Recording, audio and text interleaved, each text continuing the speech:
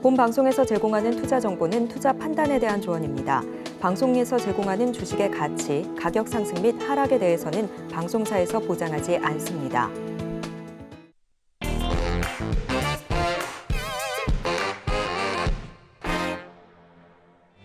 안녕하세요. 베스트 트레이딩맨 2부 주식반장 진행의 도지은입니다. 오늘도 저희 반장님과 함께 이 종목에 대한 이야기, 시장 이야기, 그리고 투자에 대한 이야기 제대로 나눠보도록 할 텐데요. 강의 끝난 뒤에는 종목 상담까지 쉬지 않고 달려보도록 하겠습니다. 저희 반장님 소개해드리기 전에 오늘 장 어떻게 마감됐는지 자세하게 살펴보도록 하겠습니다. 함께 보시죠. 네, 코스피와 코스닥 오늘도 상승세로 마감이 되는 모습이었습니다. 미국의 뉴욕 증시 소비자 물가지수 둔화 소식에 안도하는 모습이었는데요. 투자 심리가 국내도 개선되는 모습이었습니다. 코스피 0.64% 오른 채로 2,591포인트 선에 마무리가 됐는데 장중에는 2,600선까지 테스트해보는 느낌이었습니다. 코스닥은 1.50% 오르면서 893포인트 선에 마무리가 됐네요. 오늘 장을 움직였던 수급도 살펴보도록 하겠습니다. 오늘 기관과 외국인이 함께 사들여주는 모습이었습니다. 수급이 불안정한 날임에도 불구하고 좀 깔끔하게 양봉으로 마감이 되는 모습이었죠. 기관이 5,079억 원어치, 외국인이 2,121억 원어치 함께 사들여줬고 개인이 홀로 7,190억 원어치 팔아냈습니다. 코스닥 시장도 함께 보시죠. 개인과 기관이 함께 팔아냈네요. 개인이 1,466억 원어치, 기관이 289억 원어치 팔아낸 반면 외국인이 홀로 1,750억 원어치 사들여주는 모습이었습니다. 특징적인 종목들도 만나보시죠. 네, 오늘 에코프로그룹주 살펴보도록 하겠습니다. 실적 부진에 어제 주저하는 모습이었는데 하루 만에 반등에 성공해주는 모습이었는데요. 에코프로 BM 0.90% 오른 채로 28만 1,500원에 마무리가 됐고 에코프로도 3.91% 올라와 주면서 95만 6천 원 선에 마무리가 되는 모습이었습니다. 하루 만에 탄력적으로 반등에 성공한 에코프로 그룹주 시장을 좌지우지하고 있기 때문에 첫 번째 특징적인 종목으로 만나봤습니다. 두 번째 종목 만나보시죠. 실적과 관련된 이슈들이 계속 나오고 있는데요. 두 번째 종목은 LG전자 이야기 나눠보겠습니다. 올해 들어 1, 2분기 연이어서 깜짝 실적을 발표했던 LG전자, 오는 2030년까지 매출 100조 원을 달성하겠다라는 중장기 전략을 발표한 가운데 오늘 주가가 1% 넘게 1% 정도 오름세를 보였습니다. 오늘 마감가 12만 1,400원에 마무리가 됐는데 이 사업 전략 관련돼서 기대감에 오른 만큼 해당 종목도 이야기 나눠보았습니다. 지금까지 오늘장 브리핑이었습니다. 네, 오늘의 반장님 바로 소개해드릴 텐데요. 이 시간 여러분들에게 투자 지침서를 알려주시는 분이시죠. 우리 김선윤 반장님 인사드립니다. 반장님 어서 오세요. 오늘 또 검정색으로 멋지게 위아래로 맞춰 입고 오셨는데 살이 좀 빠지신 것 같기도 하고요. 뭐 좀 빼고 있긴 한데 잘 안 빠져요. 잘 안 빠져요. 저희 살은 잘 안 빠지지만 시장은 올랐습니다. 네. 시장 이야기를 간단하게 나눠보자면 시장은 살이 좀 오르고 있는 것 같아요. 네. 네, 어떻게 보셨습니까? 자, 우선은 미국의 지표들 상황이 뭐 괜찮은 상황이에요. 뭐 안정이 좀 되고 있다 표현할 수 있겠죠. 그래서 미국에서도 천천히 이제 어느 순간, 어느 시점이 지나면 금리를 좀 인하하는 그림이 나올 것 같은데 물론 이제 올해 상황은 아닐 거예요. 네, 올해 상황은 아니지만 인플레 목표치 2%대 수준이 점차 다가오고 있다 보니까 이제 상황을 보다 보면은 빠르면 또 하반기가 될 수도 있겠고 아니면 내년 초가 될 수도 있겠죠.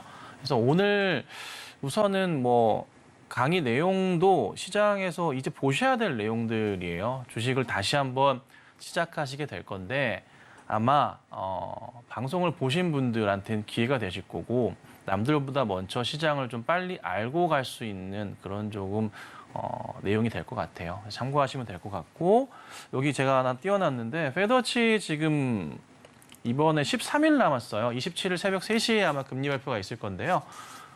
92.4%예요. 0.25%포인트 아마 상승 그림이 나올 것 같습니다. 현재 예상치로는. 90% 이상이니까 뭐 변동사항 없겠죠. 그래서 일단 금리는 올라가는데 또 하나 이제 한국금통위에서 과연 어떻게 할 거냐. 금리 격차가 2%까지 벌어지다 보니까 얘들이 또 어떻게 할 건지에 대한 부분도 상당히 좀 고민스러운 것 같습니다. 그래서 우선은 뭐 시장은 나쁘지 않은 분위기니까 차분하게 보시고 2분기 실적이 그래도 예상치보다 좋은 정보들이 많이 나올 수 있을 것 같아요. 시장이. 3분기, 4분기 기대가 되기 때문에 시장은 아마 꽤나 좋은 반등을 하지 않을까. 걱정보다는 기대를 하시는 게 좋을 것 같습니다. 네, 걱정보다는 기대감을 가져도 좋을 것 같다. 시장 이야기 자세하게 나눠드렸는데요. 저희 김선윤 반장님 노란톡 열어두고 시작하겠습니다. 하단에 QR코드 통해서 들어오실 수 있고 문자 샵 0082번으로 김선윤 적어서 보내주시면 함께할 수 있는 방법 안내해드리겠습니다. 그리고 강의가 끝난 뒤에는 종목 상담 이어질 예정인데요. 문자 샵 0082번 같은 번호입니다. 종목명, 매수가, 비중까지 적어서 보내주시면 방송 말미에 생방송 중에 상담 받아보실 수 있다는 말씀 전해드리고요. 또 서울경제TV 유튜브 채널 실시간으로 열어두고 있겠습니다. 실시간으로 소통이 필요하다 혹은 나는 접수가 빨리 됐으면 좋겠다 하시는 분들 유튜브 채널 들어오셔서 댓글 남겨주시면 된다는 말씀 전해드릴게요. 자, 저희 반장님이 오늘 또 재미있는 투자 이야기를 준비해 주셨다고 해서 지체 없이 시작해 보도록 하겠습니다. 반장님, 강의 시작해 주시죠. 네, 오늘 제가 준비한 PPT 자료가 30페이지가 넘는데 솔직히 다 못할 것 같고요. 목표는 달걀 그림까지 하는 게 목표이긴 한데 뭔 소리인가는 좀 이따 들어오시면 될 것 같아요. 자, 우선은 제가 오늘 강의할 주제는 앙드레 코스톨라니라는 사람이에요. 물론 이분은 돌아가셨고요. 1906년 2월 9일생이시고 1999년 9월 14일 날 돌아가셨습니다. 헝가리계 프랑스 투자가인데 유럽의 워렌 버핏이라고도 칭호가 있었던 분인데 이분이 1999년 9월 14일 날 돌아가셨거든요. 근데 지필한 책이 있어요. 죽기 전에 썼어요. 1999년 2월에 썼어요. 그러니까 자기가 80년 동안 넘게 투자를 하면서 겪었었던, 경험했었던 그 모든 총망라한 내용을 이 책 안에 다 들어가 있어요. 다 들어가 있거든요. 저도 이제 여러 번 읽어봤던 책인데 한번 좀 도움이 투자에 되실 것 같아서 말씀을 드리는 거고, 제가 항상 강의를 할 때는 어떤 특정한 이슈거리가 있거나 시장에서 꼭 보셔야 될 내용들이 있을 경우에 그와 관련된 내용들을 꼭 강의를 하는 제가 특징이 있어요. 제가 그렇게 하거든요, 항상. 이번에도 뭘 보셔야 되냐면 시장이 이제 과연 바닥을 찍고 올라가고 있는데 여기서 과연 얼마나 큰 시장이 나올지, 여기가 진정 바닥으로 봐야 되는지, 지금 우리가 어떤 국면에 있는지, 오늘 강의 핵심은 이따 나올 거지만 코스톨라니의 달걀이라는 나름 주식 용어 같은 게 있는데요. 그 그래프가 있어요. 그걸 좀 보여드리면서 이쯤에 있구나 판단하시고 시장을 보신다면은 조금 더 편하게 시장에 다가가실 수가 있으실 거예요. 그래서 혹여나 오늘 제가 이 책에 대한 내용을 많이 얘기를 드릴 건데, 그리고 이제 달걀 그 기술도 말씀드릴 건데 한번 책도 사서 보시는 것도 도움이 되실 겁니다. 아셨죠? 자, 이분이 투자했던 사례예요. 약간 우선 기본적으로 장기 투자하시는 분입니다. 그리고 차트는 거의 안 보는데 이따가 또 시간이 되면 말씀드릴 거지만 차트를 딱 2가지 패턴만 거의 활용하십니다. 근데 저도 몰랐는데 제가 쓰는 2가지 패턴 방식을 쓰시더라고요. 그래서 책을 읽을 때 되게 놀랐었던 적이 있어요. 저랑 굉장히 투자 방식 비슷하신 분이고요. 또 장기 투자하시는 분인데 예전에 투자했던 거 이탈리아 자동차 브랜드 10배, 독일 국채 140배, 러시아 국채 6,000배, 그다음에 크라이슬러 매수해서 50배 이런 식으로 투자를 하시는 분이에요. 약간 이런 얘기 많이 하잖아요. 남들과 좀 일반 투자자분들과 반대로 하는 경향이 많으세요. 파산할 때 주식을 사기도 하고요. 그렇죠? 보시면은 옛 러시아 채권 아무도 관심 없을 것 같은데 사서 돈 벌고, 패전해서 2차 대전 패전 독일 국채를 사기도 하고, 그러니까 투자 스타일이 조금 달라요. 재밌는 일반 투자는 다른데요. 일단은 요 분이 하신 내용을 토대로 제가 말씀을 좀 드릴게요. 우선은 중점적으로 보셔야 될 게 이분은 단기 투자자들을 주식 시장의 사기꾼이라고 불렀어요. 되게 귀 기울이셔야 돼요. 80년 경험을 통해서 얘기한 건데요. 장기적으로 성공한 단기 투자자를 본 적이 자기는 없다라고 얘기를 해요. 근데 이거는 사실 맞아요. 왜냐하면 저도 경험한 거지만 단기로 계속 사람이 할 수가 없어요. 지쳐버립니다. 너무 힘들어요. 그리고 돈 벌 수 있죠? 근데 결국 한 종목, 두 종목 물리기 시작하면 답이 없거든요. 대응이 안 돼요. 본 적이 없다고 하시고, 그리고 은행과 브로커들 있잖아요. 주식 회사, 증권회사. 네. 고객을 단기 투자자로 만들기 위해 별의별 수단을 다 쓴다. 이분 금융회사에 있었던 분이에요. 금융회사에 있었던 분이 은행과 브로커들. 왜요? 단기 투자가 활성화될수록 그들은 돈을 벌거든요. 수수료 벌잖아요. 그렇죠? 그래서 좀 이따 얘기 나오겠지만 증권가나 뭐 브로커들 찾아가거나 사실 저 같은 이제 주식을 추천하는 사람들 얘기를 듣지 말아라는 게 중론이에요. 네. 저한테 사실 이분의 얘기는 크게 제가 돈을 버는데 크게 도움이 되진 않아요. 네. 하지만 그래도 알고는 계셔야 되는 거예요. 자, 장기 투자자. 이분이 얘기하는 건 뭐냐면 몇십 년 뒤에 노후 대책이나 유산으로 주식을 사는 사람들, 그리고 전망이 좋은 종목을 재빨리 사들이는 시도를 하지 않는, 네. 그러니까 막 갑자기 올라가거나 이슈가 되는 종목은 쳐다도 안 본다는 거예요. 그렇죠?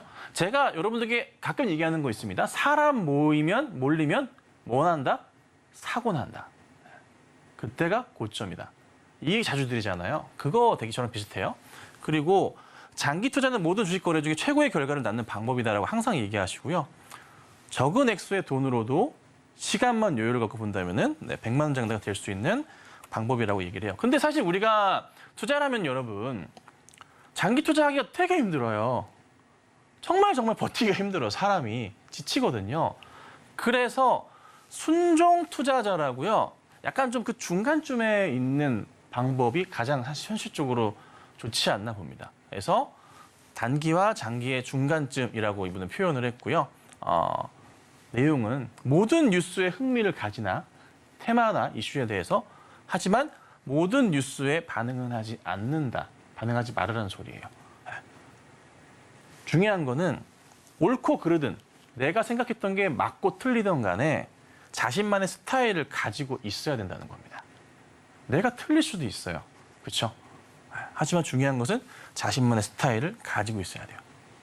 그리고 행간 사이에 숨어있는 그 무엇을 이해하라는 게 무슨 말이냐면 뉴스를 보시면은 뉴스 내용을 그냥 읽고 끝나는 게 아니라 그 뉴스 내용 안에 숨어져 있는 내용들을 파악하라는 거예요. 뭐 예를 들자면은 뭐 어떤 A라는 회사가 이제 B와 이제 일 진행을 하는데 B가 A라는 회사에 뭐 큰 그림을 그려고 납품을 하게 되면서 좋은 그림 그릴 것이다. 이렇게 보지 마시고 B라는 회사 자체가 A라는 회사 연관되면서 앞으로 계속 매출이 늘 수 있는 구조를 가지게 되겠구나. 성장할 수 있는 발판이 되겠구나. 이런 식의 그림을 그려야 하시는 거예요. 아셨죠? 그걸 항상 생각하시라는 거예요. 그리고 순종 투자자들 보면요. 정말 이게 되게 중요한 내용인데요. 위험에 익숙하고 또 하나 부와 파산 사이를 절묘하게 오간다. 제가 사실 이거를 되게 네 저도 개인적으로 이게 굉장히 스릴 있어하는 부분 중에 하나인데 부와 파산 사이. 그러니까 또 다르게 얘기하면 합법과 불법 사이라고 얘기해야 되나? 그건 아닌 것 같지만 네 여기에서 포인트를 찾아서 투자를 하는 거예요. 그러니까 제가 투자하는 방식 중에 하나가 뭐가 있냐면 공시를 보는데 전환사채 발행을 한다거나 뭐 유상증자를 한다거나 할 때 발행가에 대한 부분이나 이런 포인트, 아니 무상증자를 통해 이런 포인트에서 기술적인 접근을 해서 무조건 나쁘다고 볼 게 아니라 안 좋다고 볼 게 아니라 거기서 포인트를 찾고 투자할 수 있는 그림들이 나오거든요. 그게 굉장히 중요한 것 같아요. 저는 이게 되게 중요한 부분인 것 같고 그리고 또 하나 이분이 제일 강조하는 것 중에 하나가 뭐냐면 투자에 있어서 중요한 것은 지식이 아니라고 얘기해요. 지식이 아니라 생각이에요. 생각. 네. 내가 옳고 그르든 간에 생각을 계속적으로 해야 된다는 거예요. 계속 쉬지 않고. 그러니까 어떤 특정한 뭐 상황을 봤을 때 투자를 할 때 미래에 대한 예측을 할 때 그게 옳고 그르든 계속 미래에 대해서 어떤 변화가 있을 것인가에 대한 생각을 하고 거기에 맞춰서 투자를 해야 된다는 거죠. 근데 솔직히 요거 그다음 내용은 일생에서 2번 이상의 파산을 경험해야 된다는데 요건 패스합시다. 예. 저는 한 번 경험해봤습니다. 자 그리고 주식 투자에 있어서 손실은 경험상으로 뭐 수익이다 얘기하는데요. 근데 사실 이건 뭐 크게 중요한 건 아닌 것 같아요. 자, 그다음 요거를 한번 봐보세요. 제가 또 중요하게 생각하는 것 중에 하나인데요. 경제와 주식시장의 관계에서 개와 주인의 비유를 들어서 이분이 얘기를 하는데 요걸 잘 보세요.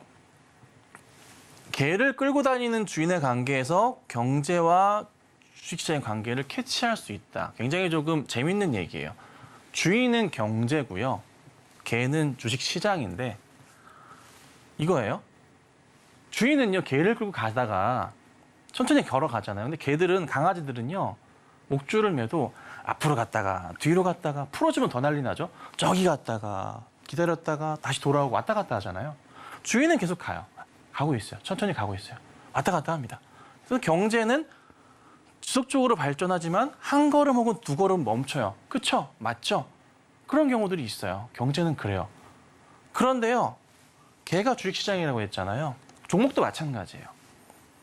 그 사이에 왔다 갔다 100번도 왔다 갔다 합니다. 그렇죠?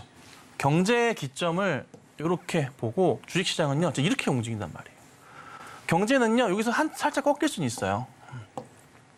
근데 어찌됐든, 네, 장기적으로 경제는 같은 방향.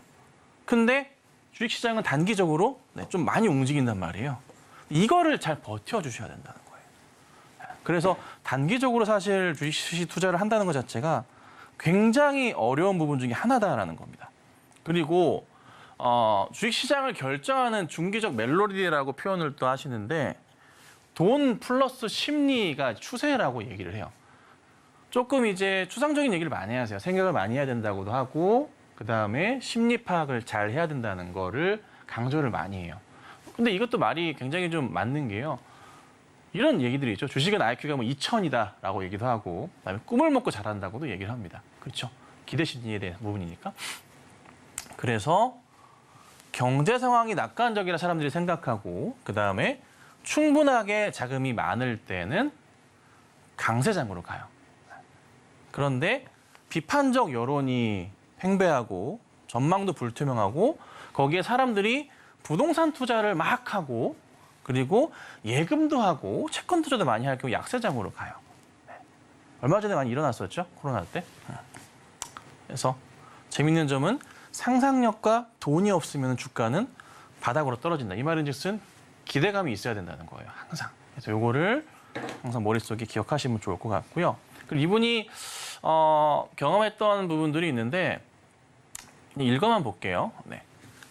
시장에 돈이 너무 넘쳐 흐르면 주식시장에 대한 부정적 생각을 가지고 있다고 하더라도 이 유동성 자금들이 늦어도 9에서 12개월 사이에 다시 흘러들어요. 무슨 말이냐면요. 시장에 돈이 넘쳐 흐르잖아요. 그래서 나 투자를 안 할래라고도 생각하더라도 계속 남들이 잘 가네? 주식시장이 잘 가네? 잘 가네? 이렇게 하면서 결국에는 한참 지켜보다가 9에서 12개월, 한참 9개월 지나고 나서 주식시장으로 자금이 들어온다는 거예요. 네. 오케이? 그 반대로 좀 이따 다시. 그래서 이때 처음 매수는 완전히 바닥에 시작하는데 서서히 올라가기 시작하고 그다음에 주가가 오르면 다시 주식시장에서 관심을 갖게 되어 주식을 사고 이것은 새로운 매수자를 자극한다는 거죠. 그러니까 뭐 그래프로 설명을 잠깐 드려보자면 처음에는 이런 식으로 가다가 이게 첫 매수를 하는 거죠. 그러다가 계속 지켜보는 사람들이 늘어나게 돼요. 왜냐하면 시장에 돈이 넘쳐 흐르니까 어떻게든 들어올 수 있는 사람들이 많단 말이에요. 근데 계속 가잖아요. 그래프가 이런 식으로 간다는 거예요. 코로나 때 이런 식의 흐름이 굉장히 많았었어요. 네. 그렇죠? 그리고 다시 그리고 또 하나 이때 당시에 분석가들은요. 그러니까 증권을 분석하는 사람들이나 방송에 나와서 얘기하시는 분들 같은 경우는 상승 요인을 낙관적인 경기라고 얘기를 하는데 실제로 경기가 낙관적이지 않아도 이런 식으로 시장에서 얘기를 합니다. 다 좋다고 얘기하니까. 이거를 너무 그냥 무조건 시장의 얘기를 받아들이지 말라는 거예요. 이 얘기를 하시는 거고요. 그래서 이러한 긍정적인 논평에 힘입어서 사람들이 부정적인 생각을 갖고 있고 투자를 안 하려고 했던 사람들 생각이 바뀌고 자연스럽게 자금이 예금돼 있던 자금들이 주식시장으로 흘러들어와 주가는 오르기 시작해요. 반대의 경우에도요. 돈이란 요소가 부정적으로 돈이 부족하면요. 투자 심리 그로부터 해서 천천히 바뀌어요 또.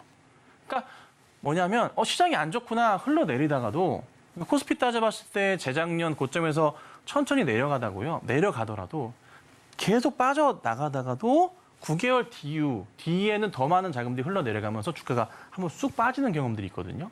그런 그래프를 보여준다는 거예요. 그러니까 뭐 어떤 식이냐면 자, 코스피 한번 볼게요. 여러분들 이걸 보셔야 돼요. 상당히 중요한 것 같아요. 이거 왜 안 되냐? 자, 코스피인데 이때 보시면요. 긍정적인 부분에서 그 얘기하는 것은 바닥에서 천천히 매수가 들어오다가도 9개월 뒤에는 이런 식으로 한 번 더 자금들이 들어오는 포인트가 나온다는 거고요. 그다음 다시 바닥을 치고 내려가다가 9개월 뒤에 이런 식으로 다시 주가가 빠진다는 거예요. 네. 거의 수치상으로 맞거든요. 근데 여기에서 그 흐름이 나오고 난 뒤에 얘는 고점 포인트가 되고 부정적이었을 때는 거기가 바닥이 되면서 시장이 반대로 올라가기 시작한다라고 보는 겁니다. 큰 틀에서. 그래서 단기적으로는 이 그림을 이해할 수가 없어요. 장기적 마인드에서 살펴봤을 때는 9개월에서 12개월 포인트 정도가 딱 맞는 거예요. 그러니까 사람이 재고 재다가 투자하고 재고 재다가 도저히 안 돼가지고 손절치고 나가는 케이스들 있잖아요. 그게 심리적으로 버티는 구간 자체가 9개월에서 12개월 정도. 그럼 현재 우리 시장은 이쯤에서 이제 반등이 나오기 시작하고 있는데 좀 이따 설명드릴 거지만 새로운 그림을 그려가는 시장이 될 거라 좀 관심 있게 좀 보셔야 된다는 거예요. 아셨죠? 예, 그래서 이 내용이 참 중요한 것 같고 자, 그 다음에 요거 한번 보셔야 될 것 같아요. 호경기에 기업 주가가 빠지는 이유. 요건 좀 이해를 하셔야 돼요. 왜 이렇게 좋은데 왜 안 가는 걸까? 이해를 하셔야 될 것 같은데 읽어만 드릴게요. 자, 호경기에 들어서면요. 기업은 자금을 시설 투자에 활용을 해요. 그래서 증가하는 수요를 충족시키고자 해요. 그쵸? 당연하죠. 투자해서 캐파를 늘리려고 하잖아요. 그래서 기업은요, 새로운 자금이 필요해요. 뭐합니까? 주식시장에서 돈을 찍습니다. 전환사채, 유상증자를 통해 가지고 주식수는 많아지고 공급이 늘어나요. 최근에 이제 보면 제가 올해 2분기부터 해서 제가 많은 말씀을 드렸던 것 중에 하나가 사실 정책적으로 좀 문제가 있었지만은 좀 풀어내는 모습도 있지만 2분기부터 해서 시장에 전환사채 발행이나 그간에 완전 죽어 있었던 시장에서 뭐 3자 배정 유상증자나 또 최근 보면 일반 공모나 이런 포인트들이 굉장히 많이 생기기 시작합니다. 뭔가 이제 조금은 이제 호경기에 들어가는 신호가 조금씩은 나오고 있는 아주 조금씩은 그거를 좀 느낄 수는 있어요. 예. 그래서 이에 따라 호경기에도 주식의 공급 과잉으로 주가가 하락할 수가 있는 거예요. 최근에 굉장히 좋은데도 왜 안 가지라는 회사가 있으면 이와 같은 포인트가 있는 거예요. 근데 이런 회사들은요, 약간 주저앉다가 다시 팡 튀기 시작하거든요. 이런 회사들도 잘 보시면 좋을 거고요. 근데 불경기에 들어갔는데 기업 주가가 오른단 말이에요. 시장은 안 좋은데 얘는 왜 올라? 이런 회사들이 있어요. 그러니까 불경기 들어오면요, 기업이 그간에 호경기 때 벌었던 자금들을요, 시설 투자에 쓰지 않아요. 경기가 안 좋으니까. 그래서 뭐 하냐면은 새로운 자금 필요하지 않게 보유 주식도 안 팔아요. 안 팔아요. 그 자금이 있으면 뭐 할까요? 무상증자를 하는 케이스도 있고, 사실 뭐 약간 다른 케이스이긴 하지만 뭐 주주를 보호하기 위해서 자사주를 매입해서 소각은 근데 잘 안 하긴 하는데 소각을 하는 케이스도 있어요. 그러니까 자연스럽게 공급이 줄어들게 됩니다. 그렇죠? 그리고 불경기의 사람들은 소비를 줄이고요, 저축을 늘려요. 그 저축액은요, 또 자연스럽게 주식시장으로 흘러 들어오기도 하고 수요가 증가시키는 포인트예요. 그래서 몇몇 회사들이 회사가 뭐 상황이 주가가 올라가면 따라 들어온다는 거죠. 그래서 주가가 올라가는 케이스들이 있는 거예요. 그래서 이 얘기를 또 하기도 했어요. 자, 근데 여러분 이번에 우리가 많이 겪었던 게 뭐냐면 인플레이션에 대한 부분이에요. 인플레이션에 대항하는 것은 해롭다. 증권가는요, 인플레이션을 극도로 싫어해요. 저희도 겪고 있고 여러분 다 겪고 있는 내용이잖아요. 이 인플레이션 때문에 금리가 올라가는 포인트니까. 이분이 이거 1999년에 쓴 내용이에요. 인플레이션은 사실 주식에 어떠한 부정적 영향도 끼치지 않아요. 다만 여러분 아시는 거는 인플레이션 때문에 주식이 빠지는 걸로 알고 있잖아요. 인플레이션 자체만으로는 부정적 영향을 끼치지 않고 다만 끼치는 것은 은행들의 조치, 중앙 정부의 조치에서 이 고금리 정책 때문에 주식시장에 해를 입힌 요인이라고 얘기를 해요. 그래서 경기 침체가 오면은 금리를 인하하고 대출을 풀어주고 개인이나 기업들이 대출을 받아서 활용해서 설비 투자를 한단 말이에요. 그렇게 되면 또 자연스럽게 주가가 상승을 하고 인플레이션 위기가 또 보이면 최근이죠. 얼마 전이죠? 금리를 계속 올려요. 근데 사실 이번에 보면은 원래 금리를 천천히 올려야 되는데 이번 1년 동안 미국에서는요. 말도 안 되게 올렸어요. 그래서 이게 큰 틀에서 보면은 이게 정상적인 수치, 이 그래프대로 나가야 되는 게 경제학자들의 이론인데 너무 빨리 FED에서 페드에서 올리다 보니까 완전 시장이 꼬여버린 거죠. 근데 어찌됐든 큰 그림에서는 금리를 계속 올리면 증시가 폭락을 하고 금리가 인하를 할 경우에 주가는 얼마가 하지 않아 최고점을 기록한다. 이거를 기억하셔야 돼요. 중요한 포인트는 이거예요. 금리 인하. 이번에 어찌됐던 금리를 이번 달도 올리고 한 번 더 올릴지 모르겠지만 정말 최고점을 찍고서 다시 금리를 인하하는 포인트가 나올 건데요. 그 자리는요. 앞으로 최소 제가 볼 때 향후 수년간 오지 않을 절호의 찬스예요. 이거를 꼭 기억하셔야 돼요. 아셨죠? 예. 그래서 다시 좀 읽어드리면은 금리 인상 후 폭락장이 오고 나서요. 다시 금리를 인하했을 때가 진짜 절호의 기회다라고 이 사람이 얘기를 해요. 수년간의 경험을 가지고 얘기하셨던 부분이고 특히나 예전 같은 케이스는 잘 아시겠지만 뭐 금리가 굉장히 높았던 예전 30년 전 이런 데 되게 높았었잖아요. 4, 50년 전에는. 그렇죠? 이자도 그렇고. 근데 지금은 많이 전 세계적으로 줄어들긴 했지만 이번에 미국의 금리 자체는요. 정말 높은 수준이잖아요. 5% 이상이니까. 그거를 기억하신다면은 예전에 경험했었던 코스토라니가 경험했었던 내용들이 그대로 시장에 향후에 이어질 가능성이 굉장히 크다는 거죠. 그거를 기억하셔야 될 것 같고요. 그래서 이거는 경험한 거죠. 중앙은행이 금리를 인상하면은 주가가 하락하는 것은 시간 문제. 그래서 뭐 특히 시장이 많이 오른 상황에서 금리를 올리면 하락폭이 더 크다. 이거는 저희가 경험한 거죠. 코로나 시절에 고점에서 갑자기 쭉쭉쭉 금리를 올리기 시작하니까 지수가 폭락을 했던 상황들. 그렇죠? 지금은 조금 회복을 하고 있지만. 자, 중요한 포인트는 뭐예요? 이 얘기를 해요, 이분은. 금리를 인하했다면 토를 달지 말라는 거예요. 언제? 그런 등등의 토를 달지 말아요. 그냥 무조건 주식시장에 뛰어들어가야 한다고 강조를 해요. 금리를 인하하기 시작한다면 어디서? 중앙정부에서, 미국에서. 이거는 수십 년째 반복되는 상황이에요. 똑같아요, 이번에도. 그리고 지금부터 여러분 준비하셔야겠죠. 거의 마지막 금리 인상 거의 끝자락이잖아요. 시장은 이미 누군가는 준비를 하고서 서서히 매수 대응을 하고 있는 시장이라는 거예요. 미리. 근데 지금도 뭐 바닥에서 본다면 좀 많이 오른 것 같죠? 시장 자체가 아니에요. 아직 한참 더. 그래서 이번에 전 개인적으로 봤을 때 미국에서 금리를 인하하기 시작하잖아요. 정말 말도 안 되는 강한 시장이 올 것 같아요. 정말 강한 시장. 그래서 그거를 꼭 인지하시고 대응을 하셔야 되고 특히 미국이나 일본은 증시가 먼저 올라갔잖아요. 그렇죠? 지금 많이 갔잖아요. 그렇죠? 전고점 향해 가고 일본은 말도 안 되죠. 그다음 순서가 온단 말이에요. 걔들도 고평가가 될 수 있고 더 갈 수 있잖아. 그다음 증시가 어디겠어? 돈은요. 사람이 몰리면 자연스럽게 빠지고 그 돈들은 오르지 않은 주식으로 다시 넘어옵니다.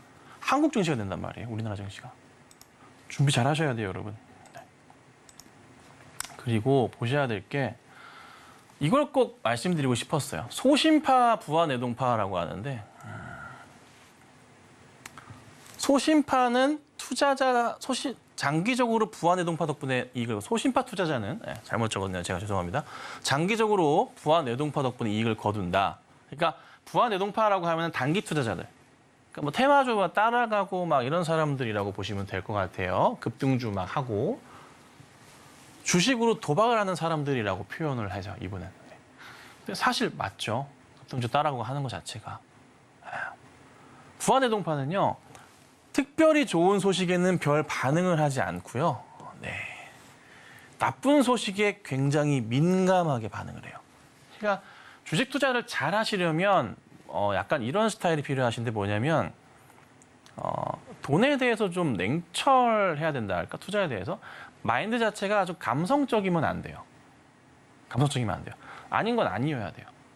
감성적으로 너무 반응하게 되면 나쁜 소식에 굉장히 민감한 이 부분 자체는 여러분 고치셔야 돼요. 만약에 내가 그렇다면.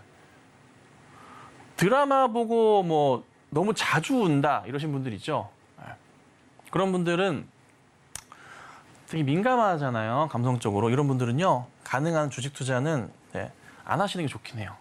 내가 생각보다 드라마 보면서 너무 감정이 잘 된다. 나쁜 소식에 되게 민감하거나 피하시는 게 좋아요. 현실적으로 말씀드리는 거예요. 그리고 소신파는요. 좋은 소식에 반응을 하고 나쁜 소식에는 별 반응을 하지 않는다. 저 같은 케이스는 나쁜 소식 오면은 별 솔직히 반응 안 해요. 그러려니 하고 넘어가는 스타일인데요. 여러분들 이런 마인드가 좀 필요해요. 아셨죠? 이거 꼭 기억하셔야 돼요. 자, 그리고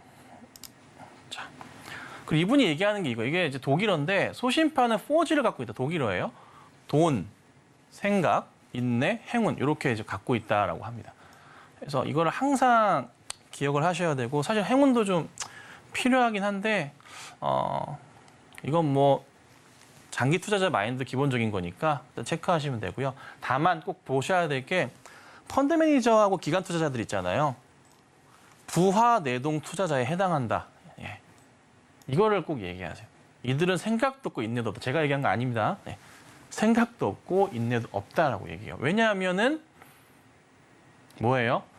빨리 어떻게든 종목을 돌려서 이 사람들이 사고팔고를 반복해가지고 수수료를 먹어야 되는 사람들이기 때문에 이 기관 투자자들은 그래서 부와 내동 투자자에 해당한다고 얘기를 하셨어요. 자, 여기까지 하는 이게 중요한데 여기까지 오긴 했네요. 이걸 보려고 했어요 오늘. 코스톨라니의 달걀 뭐 말이 많기도 하고 뭐 틀릴 수도 있고 하지만 뭐 상당히 저는 이 부분에 도움을 많이 받은 사람이기도 하고 해서 꼭 여러분들이 알고 가셨으면 좋겠는데요. 요 표는 제가 그 오픈 채팅방에 올려드릴게요.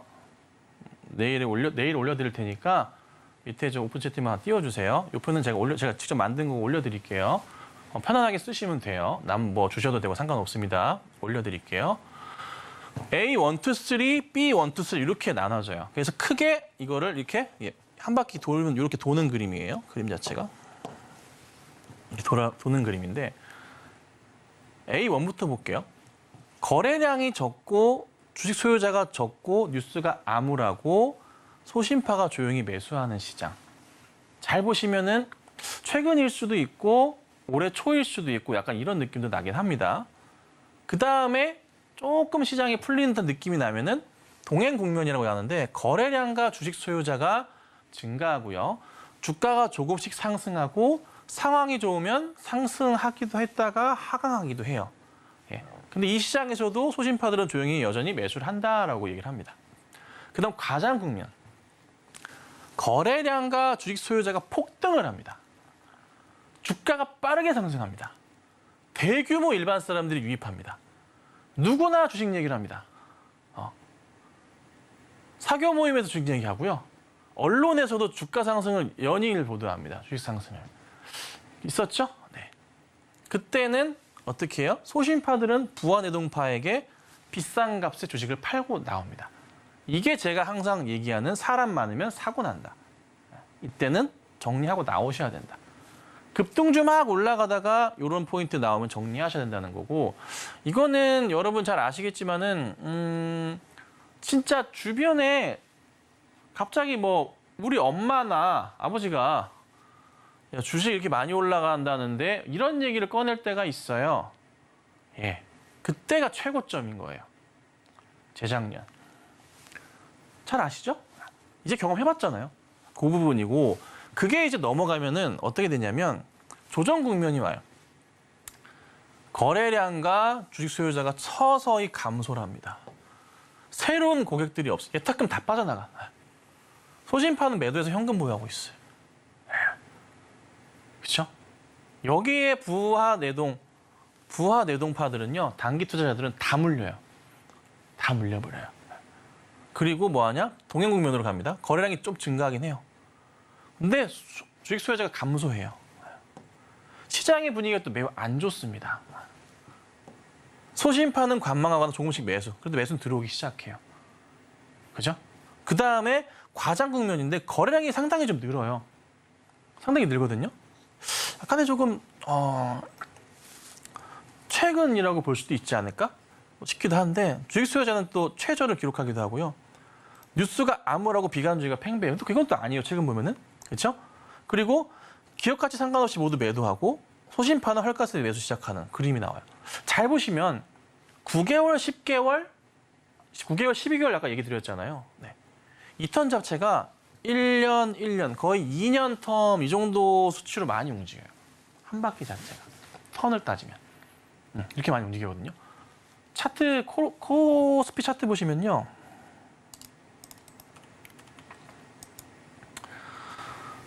여기서 여기까지 해서 코로나 때 바닥하고 여기서 여기까지가 1년이에요. 그리고 나서 다시 여기서 여기까지 온 게 다시 또 여기가 거의 2년이에요. 네. 재밌죠? 그림 보면은. 추이 자체가 정상적으로 이 코스톨라니 생각은 한번 올라가더라도 시장이 어느 정도 안정되고 바닥을 빠지고 나서 다시 반등 나는 추이 자체를 한 2년 통으로 보지 않았나 좀 그렇게 보고 있어요. 그래서 지금 상황이 좀 약간 다를 수 있죠. 의견이 분분할 수는 있지만 거의 지금은 제가 보는 판단은 이건 좀 지나고 약간 좀 조정 국면 쪽으로 오지 않았나라는 좀 판단을 해요. 뉴스가 암울하다고 볼 수 있는 것은 경제 지표에 대한 부분들일 거예요. 근데 경제 지표가 사실 뭐 그렇게 좋지는 않잖아요. 우리나라 보시면 아시겠지만은 그렇죠? 싹 좋지는 않아요. 물가도 그렇고 돌아가는 수지도 그렇고 적자 보기도 하고 그렇잖아요. 나라 자체가. 그런 포인트는 있는데 주식 수요자도 적고 거래량 좋지만은 시장은 조금씩은 올라가고 있고 그렇죠? 소신파가 조용히 매수하는 저 같은 사람도 매수하는 그런 시장이란 말이에요. 조금씩. 그래서 지금 시장에서는 이제 앞으로 무슨 일이 발생하냐면 지금부터 이렇게 올라가기 시작하는데 최소한 시장은 1년 이상은 움직일 수 있다는 것을 의미해요. 지금부터. 근데 여기에 조금 더 얘기를 보태자면은 금리 인하를 하게 될 경우에 이 사람이 얘기하는 건 코스톨라니는요. 무조건 묻고 따지지도 말고 주식 사라고 얘기합니다. 초강세장이 올 수가 있는데 제가 예측이 좀 빠를 수는 있지만 올해 말 아니면은 내년 초쯤에는 특히나 금리 인하가 실질적으로 이어질 수도 있고요. 금리 인하를 해야 된다라는 얘기가 뉴스에 올 하반기 끝자락부터 4분기 지나게 되면은 굉장히 얘기가 많이 나올 수도 있어요. 그리고 제가 얼마 전에 말씀드렸던 건 뭐냐면 그때가 되면은 금리 인하를 한 번 하는 순간 연준이 무슨 말을 하든 시장은 관심도 없고요. 그때부터는 지금은 CPI를 눈이 뚫어져라 기다리고 있지만은 그렇죠? 그때가 되면요 아무도 안 쳐다볼 거예요. 예전처럼. 네. 그 시장이 올 거라 봐요. 그래서 저는 이게 초강세장이 지금 한 이쯤에 있는 것 같긴 한데 여기서 한 번 더 올라가다가 이게 1년이 아니라 저는 한 최소한 2년 이상의 시장이 굉장히 강할 것이다. 여기에 1년 플러스 뭐가 돼야 되냐면 금리가 안정되는 시기. 금리가 안정되는 시기는요. 몇 퍼센트 보시냐면요. 지금 이제 5%잖아요. 미국 2.5 보시면 돼요. 여기까지 내리는 상황이 정상적인 수치예요. 그럼 여기에 이 5%에서 금리 인하를 시작했을 때 2.5까지 내리는 과정까지가 시간이 더해지는 상승장이 나올 거라는 거죠. 그게 6개월이 될지 2.5까지 내리는 시간은 좀 천천히 내릴 수도 있겠죠. 근데 그 그림이 나올 수 있기 때문에 지금은 되게 잘 보셔야 돼요, 시장을. 그래서 지금은 사야 되는 국면이다라고 제가 말씀을 좀 드리는 거고요.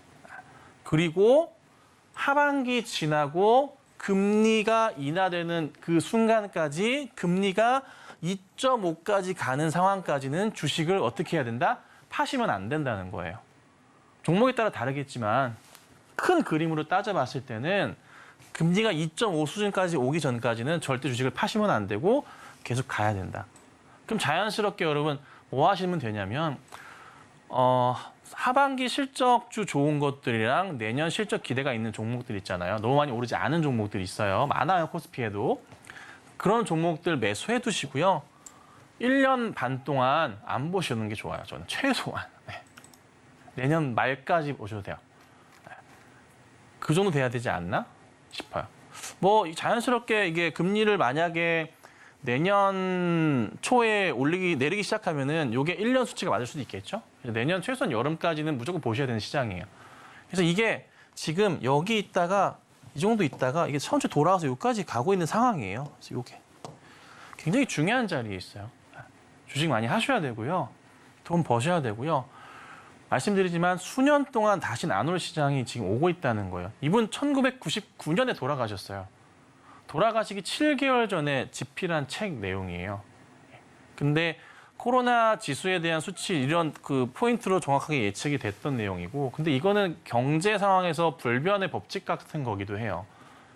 그래서 한번 책을 한번 읽어보시는 걸 추천을 좀 드리고, 제가 이제 저희 가족 되신 분들께는 제가 책 선물을 드리긴 했는데 한번 꼭 도움이 되시라고 가져 나왔으니까 참고하시면 될 것 같고요. 요거 내용은 제가 표는 인터넷 검색해서 나오는데요. 제가 편하게 보시라고 파일로 올려드릴 테니까 한번 관심 있게 보시면 좋을 것 같습니다. 그래서 오늘 강의는 뒷내용도 많긴 한데 시간 될 때 나중에 좀 말씀드리고요. 바로 또 종목 상담 도와드리도록 할게요. 네, 저희 반장님과 함께 강의 내용 들어봤는데요. 김선현 반장님과 함께 이렇게 시장을 이길 수 있는 여러 가지 전략과 투자 인사이트 더 추가적으로 듣고 싶다 하시는 분들을 위해서 저희 무료 온라인 공개 방송 안내를 좀 드리도록 하겠습니다. 매주 월요일 오전 11시 포커스온 홈페이지 통해서 들어오시면 무료 방송 함께 보실 수 있다고 하니까 이 점까지 참고 부탁드리고요. 저희 반장님과 이런 무료 온라인 강연 포함해서 일정과 또 앞으로의 내용들 더 자세하게 나누고 싶다 하시는 분들은 노란톡 들어오시면 되겠습니다. 노란톡 함께 할 수 있는 방법 큰 화면으로 정리해 드릴게요. 함께 보시죠.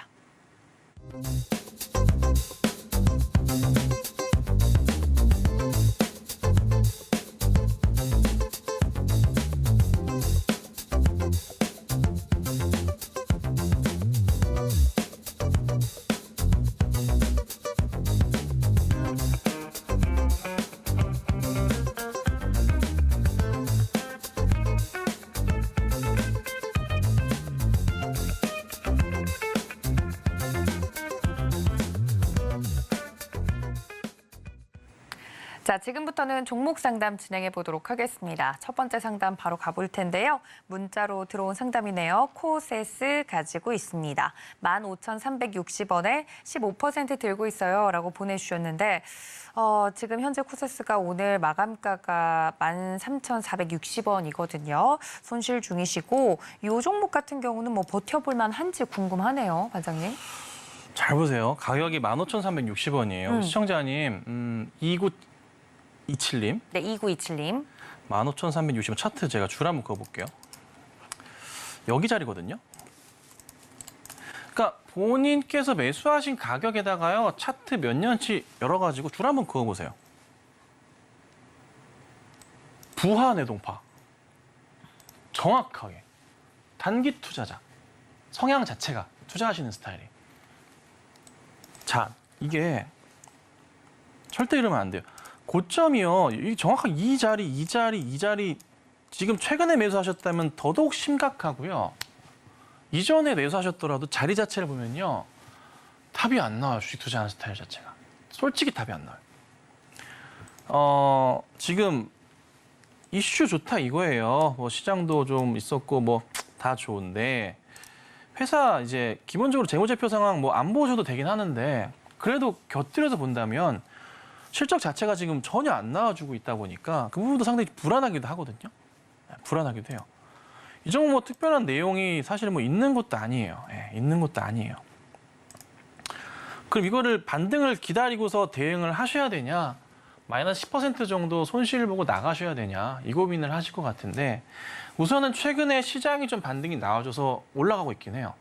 그래서 개인적으로는 일단 반등은 나오니까 기다려 보시되 혹여나 밑으로 꺾이는 그림이 나오면 정리하셔야 돼요. 이거는.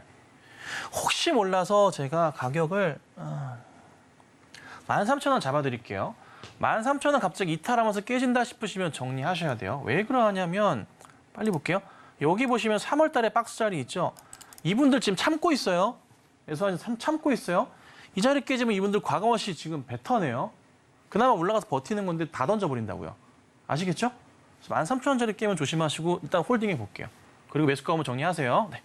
네, 코스에서 첫 번째 종목으로 만나봤습니다. 선까지 이야기를 좀 해드렸고 두 번째 종목 빠르게 넘어가 보도록 하죠. SKI 테크놀로지 가지고 있습니다라고 보내주셨습니다. 매수가는 99,910원에 5% 들고 있어요라고 보내주셨는데 이 종목 같은 경우 오늘 마감가가 93,300원입니다. 해당 종목 같은 경우는 우리 반장님 어떻게 보고 계시는지 바로 여쭤볼게요. 어떻게 보십니까? 이거를 제가 3월 달에 우리 가족분들하고 추천을 해가지고 한 40% 먹고 나왔죠. 아주 맛있었어요. 회사가 그만큼 좋다는 거예요. 좋다는 거고 3월 달 여기였죠. 여기 추천해가지고 이렇게 먹었어요. 이렇게 먹었어요. 추천했던 이 이유는 뭐였냐면 이 자리예요. 자리. 이 추세 하단 자리. 이걸 봤어요. 제가. 이거 보고서 했던 건데 W 파동이고 여기 고점은 M 파동이다. 하지만 W 파동이 나온다고 이런 식으로. 그래서 급등 나오는 거 보고 정리를 잘 했던 종목인데 회사는 정말 좋습니다. 정말 좋습니다. 정말 제가 좋아하는 회사고 다만 이제 매수하셨던 자리가 거의 이제 10만 원 가격이에요. 그죠? 이게 좀 아까워요. 이 자리인데 차트 보시면요. 요 고점 자리에 이날 따라 들어가셨는 건지 이전에 하셨는지 모르겠어요. 근데 만약에 최근 6월 달에 고점 뚫고 가는 거 보고 사셨다 하시면은 부화 대동파예요. 스타일 바꾸셔야 돼요. 주식 스타일. 정말 부탁드리는데 이 자리에 사셨다면은 최근 하셨다면 6월 달에 사셨다면은 주식하는 스타일 바꾸셔야 돼요. 코스톨라니 책 한번 읽어보세요. 바뀔 수도 있어요. 바꾸셔야 돼요. 근데 회사가 이 회사는 너무나 좋기 때문에 매도하지 마세요. 가져가시고 다시 올라갈 겁니다. 10만 원 이상 올라갈 거고요. 12만 원대까지 보셔야 돼요. 최소. 반등 나올 거예요. 걱정하지 마시고 가져가시면 그래도 한 20% 가까이 수익 내고 나올 수 있으니까 조금만 힘내시고요. 아마 곧 반등이 있을 겁니다. 아셨죠? 파이팅 하시면 됩니다. 네, 해당 종목에 대한 이야기까지 들어봤습니다. 더 자세한 이야기는 노란톡으로 들어오시면 되는데요. 이렇게 종목 상담 마무리하고 오늘 나누었던 이야기들 정리해드리도록 하겠습니다. 함께 보시죠. 네, 오늘의 핵심 세 줄로 정리해드립니다. 지금 코스톨라니를 배워야 하는 이유, 앙드레 코스톨라니의 이론을 이야기했습니다. 경기 금리 사이클로 본 투자 적기 이야기를 해드렸고요. 지금은 주식을 살 준비를 할 때라고 정리해드렸습니다. 네, 이렇게 오늘 이야기 나누었던 부분들도 정리해드렸습니다. 저희 반장님은 여기서 인사드릴게요. 반장님 고맙습니다. 네, 본 방송에서 제공해드린 정보는 투자 판단에 대한 조언일 뿐 해당 주식의 가치나 수익률을 보장하고 있지 않습니다. 또 서울경제TV, 서울경제신문은 당사의 브랜드인데요. 사칭 피해가 계속 일어나고 있다고 하니 여러분들 이 점까지 유의해달라는 말씀까지 전해드리면서 저는 반장님과 함께 여기서 인사드리겠습니다. 시청해주신 여러분 고맙습니다.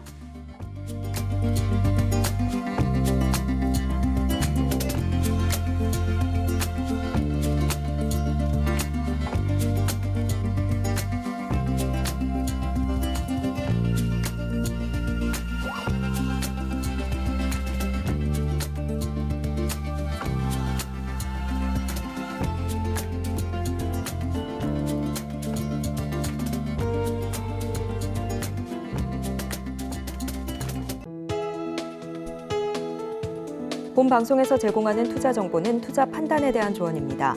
방송에서 제공하는 주식의 가치, 가격 상승 및 하락에 대해서는 방송사에서 보장하지 않습니다.